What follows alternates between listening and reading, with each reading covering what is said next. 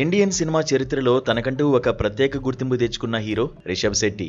కాంతార సినిమాతో ఒక సంచలనం సృష్టించి నేషనల్ అవార్డును అందుకున్న ఈ కన్నడ స్టార్ కాంతార ది లెజెండ్తో ఆ అంచనాలను మరింత పెంచుకున్నాడు.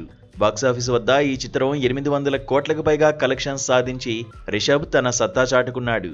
కన్నడలో స్టార్ హీరోగా దూసుకెళ్తున్న రిషబ్ శెట్టి టాలీవుడ్ బాక్సాఫీస్ వద్ద యుద్ధానికి సిద్ధమవుతున్నాడు.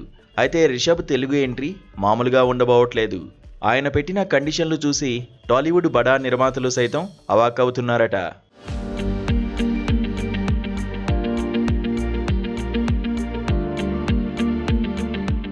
ప్రస్తుతం రిషబ్ శెట్టి చేతిలో 2 భారీ తెలుగు చిత్రాలు ఉన్నాయి.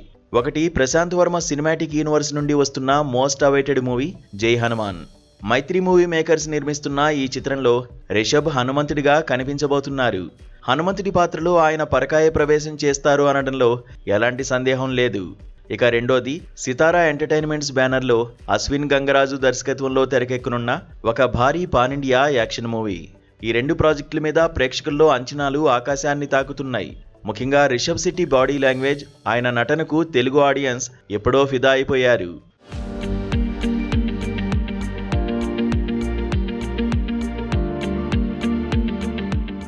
అయితే సినిమాల సంగతి పక్కన పెడితే ఇప్పుడు ఫిల్మ్ నగర్లో హాట్ టాపిక్ మాత్రం రిషబ్ శెట్టి రెమ్యునరేషనే. సాధారణంగా పాన్ ఇండియా స్టార్లు లాభాల్లో వాటా అంటే షేర్ అడుగుతుంటారు. కానీ రిషబ్ శెట్టి మాత్రం రూటు మార్చారు. ఒక్కో సినిమాకు ఏకంగా 80 కోట్ల రూపాయల పారితోషికం కావాలని డిమాండ్ చేశారట. నిర్మాతలు మేము లాభాల్లో వాటా ఇస్తామని ఆఫర్ చేసినా ఆయన మాత్రం తనకు అడిగినంత రెమ్యునరేషన్ మాత్రమే కావాలని కరాఖండిగా చెప్పేశారట. ఇది విన్న టాలీవుడ్ వర్గాల్లో ఒకటే చర్చ నడుస్తోంది. అయితే రిషబ్ శెట్టికి ఉన్న క్రేజ్, ఆయన సినిమాల మార్కెట్ విలువే భారీ స్థాయిలో ఉండడంతో ఆయన అడిగినంత ఇవ్వడానికి మొగ్గు చూపుతున్నట్లు సమాచారం. ఈ ఏడాది ఈ 2 భారీ చిత్రాలను పూర్తి చేయడమే కాకుండా వెంటనే ఛత్రపతి శివాజీ మహారాజు సినిమాపై దృష్టి సారించనున్నారు.